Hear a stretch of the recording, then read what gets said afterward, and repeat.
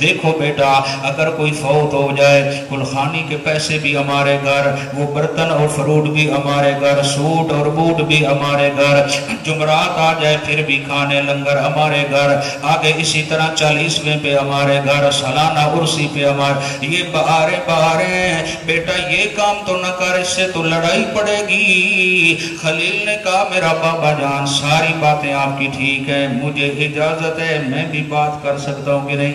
کرو بیٹا, باپ بیٹے میں کون سے پردہ ہے. حضرت خلیل نے پردے میں باتیں کی, اللہ کو اتنی پسند آئی قرآن بنا کے حسین کے نانا جان کے سینے پہ نازل فرما. اور دیکھو استدلال, خلیل نے یہ نہیں کہا اچھا کر لئیے تاں کی حرج ہے, ان کی عبادت کر لی جائے تب کیا حرج ہے, ان کی قبر پہ سجدہ کر لیا جائے تو کیا حرج ہے. خلیل نے انداز سمجھایا ہے, دلیل پوچھنی یہ ہے, یا ابت لم تعبدو, او میرے پیارے بابا جان کیوں ان کی عبادت کرتا ہے, کیوں کرتا ہے, کوئی دلیل رکھتا ہے کہ نہیں؟ اگر دلیل ہے تو پیش کر, کیوں عبادت ان کی کرتا ہے. مالا يسمع ولا يبصر ولا يغني عنك شيئا. خلیل بتانا چاہتا ہے جو سننے کی طاقت نہ رکھے وہ الہ مشکل کشا بننے کے لائق, بولو وہ الہ مشکل کشا بننے کے لائق نہیں. ولا يبصر جو دیکھنے کی طاقت نہ رکھے وہ الہ بننے کے لائق نہیں. ولا يغني عنك شيئا جو ذرے بھی نفع نقصان کا مالک نہ بن سکے وہ الہ مشکل کشا نہیں ہوتا. بابا جان الہ تو وہ ہوتا ہے جو مچھلی کے پیٹ میں یونس کی پکارے سننے والا ہے. الہ مشکل کشا تو وہ ہے جو بند پتھروں کے اندر کیڑے کی پکارے سن کے اس کو خوراک دینے والا ہے.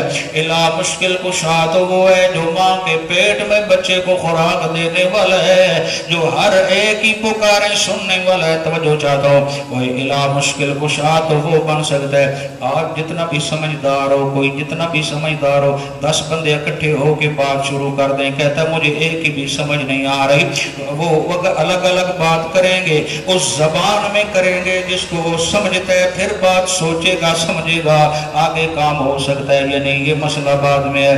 اللہ وہ الہ ہے جس کے دربار میں بیت اللہ میں طواف کرتے ہوئے ہزاروں لاکھوں لوگ ہوتے ہیں, ہر بندہ اپنی زبان میں بول رہا ہے, کوئی عربی میں مانگ رہا ہے, کوئی فارسی میں مانگ رہا ہے, کوئی پختون ہے پشتو میں مانگ رہا ہے, کوئی جناب اردو زبان میں مانگ رہا ہے, کوئی پنجابی سرائکی میں مانگ رہا ہے, کوئی چینی زبان میں مانگ رہا ہے, کوئی ہندوستانی میں مانگ رہا ہے.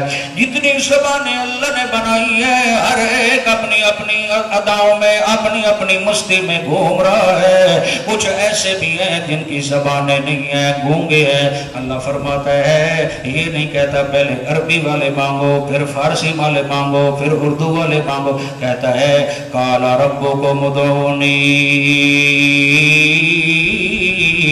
استجب لکم. تمہارا رب کہہ رہے شابہ بلی مانگو, سارے رل کے مانگو, جتنا دل آئے مانگو, جس ٹائم دل کرے مانگو, خالص مجھ ہی سے مانگو, زبان سے مانگو, دل و جان سے مانگو, عاجزی انکساری سے مانگو. استجب لکم, میں فقط سنتا نہیں ہوں, میں قبول بھی کرتا ہوں, اوپر سے جواب بھی دیا کرتا ہوں. یہ فرق ہے میرا بھائی. اب تیرا جی چاہے تو شرک کے اڈوں پہ چلا جا, تیرا جی چاہے تو اس رحمان کو منا لے جو شارک سے بھی زیادہ قریب ہے, اس کے لیے ادھر ادھر بھاگنا نہیں پڑتا. جہاں بھی بندہ ہو سچے دل سے مانگتا جاتا ہے وہ رحمتوں سے اس کی جھولیاں بھر دیا کرتا ہے. لیکن یہ مسئلہ تھوڑا سا کڑوا ہے. اس میں اب خلیل نے جب یہ مسئلہ بیان کیا بابا جو اس میں آ گئے, او یہ کیا تو نے شروع کر دیا ہے, بات سن.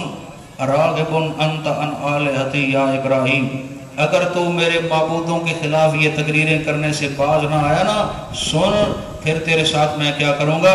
لَإِن لَّمْ تَنْتَهِ لَأَرْجُمَنَّكَ وَاهْجُرْنِي مَلِيًّا، پھر میں پتھر مار کے یا تجھے مار دوں گا یا میرے گھر سے نکل جا، میں تجھے نہیں دیکھنا چاہتا۔ دیکھو مشرک کو اپنا شرک کا اڈا کتنا پیارا ہوتا ہے، اس کو پتہ ہوتا ہے یہاں سے لاٹری کھلنی ہے، جو مر گیا سو مر گیا، یہاں فیض جاری ہو چکا ہے اور پنکھے لگائے جا رہے ہیں قبروں کے اوپر۔ بے ایمانو، یہ تم جانتے ہو کہ اندر پولے پہ لگ دیں، اگر تمہارا یہ عقیدہ ہوتا کہ اندر یہ خوش ہیں اوپر پنکھے لگانے کی ضرورت نہیں تھی۔ ہمارا ایمان ہے جو سچا ولی ہوتا ہے اس کو پھر دنیا کے ایئر کنڈیشن اور پنکھوں کی ضرورت نہیں پڑتی، اس کو ادھر موت آتی ہے، اللہ سیدھا جنت کا داخلہ عطا کر دیتا ہے۔ پتہ نہیں ناراض بیٹھے بول دے نہیں۔ مسئلہ توحید عیسائی دے وچ صرف رب دی مدد دی لوڑ ہے، بس یہ دے وچ دوجے منوں ویکھنا بھی کفر ہے۔ اب ذرا تھوڑی سی توجہ چاہتا ہوں، پھر سناؤں یا بس کر دوں؟ اچھا یار کچھ نرمی پیدا کر لو، یار کچھ نرمی پیدا کرو۔ اچھا نرمی ہو گئی پیدا جی، اب ایک اور حوالہ دیکھ لیں، سورۃ فاطر۔ اب تم کہہ رہے ہو ہمیں بیٹا مل گیا، ہمیں بیٹی مل گئی، ہمیں یہاں سے بہت کچھ مل گیا، یہ صفحہ نمبر 394 ہے۔ ادھر سے گاڑی نہیں مل رہی تھی، ہم نے دیکھ اتاری گاڑی مل گئی ہے، تو آپ کیوں اس طرح کر رہے ہیں کہ جو دنیا سے چلا جائے وہ بیٹا بیٹی نہیں دے سکتا، گاڑی نہیں دے سکتا، تو ہمیں تو بہت کچھ ملا ہے۔ اچھا بھائی آج ذرا قرآن سے پوچھ لیتے ہیں، قرآن کیا کہتا ہے؟ سورۃ فاطر ہے، پارہ نمبر 22 ہے، آیت کریمہ کا نمبر 13 ہے جی۔ ناراض تو نہیں بیٹھے تو سبحان اللہ سنا دے بھائی۔ دیکھیں جناب مل گیا والا جی، سورۃ فاطر صفحہ نمبر جو آپ کے پاس ہے 394 ہے جی، 394 سورۃ فاطر آیت کریمہ کا نمبر 13 پارہ نمبر 12۔ اللہ کے علاوہ جن جن کو پکارا جا رہا ہے، بیٹے تو کو جا، چودھری صاحب چودھری نذیر صاحب، گاڑیاں تو کو جا، زمینیں تو کو جا، مردے سے پتھریاں نکالنا تو کو جا، اور رزق بڑھا دینا تو کو جا، دکانیں چمکا دینا تو کو جا، واہ مولا تیرے سمجھانے پہ قربان جاؤں۔ اللہ کہتے ہیں میرے علاوہ جن کو تو پکارتا ہے، بیٹے بیٹیاں تو دور کی بات ہے، وہ تو کھجور پہ جو باریک سا گٹھلی پہ چھلکا ہوتا ہے وہ اسے چھلکے کا بھی مالک کوئی نہیں۔ ذرا دیکھو اپنی آنکھوں کے ساتھ، یولج اللیل فی النہار، وہ داخل کرتا ہے رات کو دن کے اندر، ویولج النہار فی اللیل، اور داخل کر دیتا ہے دن کو رات میں۔ کبھی دیکھتے ہو دن آ گیا، کبھی رات آ گئی، اب شام کی طرف جا رہے ہیں، اگر شام نہ آتی یکدم سحری کا ٹائم پھر ہو جاتا اور کہتے روزہ بند ہو گیا، کیا بنتا ہمارے ساتھ؟ تو فرمایا یہ میری بہت بڑی عظیم نعمت ہے، کبھی دن لاتا ہوں کبھی رات۔ وَسَخَّرَ الشَّمْسَ وَالْقَمَرَ، اسی نے تابع کر رکھا ہے سورج کو اور چاند کو۔ یہ سورج نکلا ہے، ابھی سورج غروب ہوگا یا پہلے آپ افطاری کریں گے؟ غروب ہو جائے گا تو ساتھ کیا کر لیں گے؟ افطاری کر لیں گے، لیکن یہ بھی مطلب نہیں اس افطاری کرامنی پہلے وہ آپ چنگی طرح کرے پھر گوگو بڑھائے، اس نے چاہیے کہ تو جنہ بھی خیال رکھے بھائی۔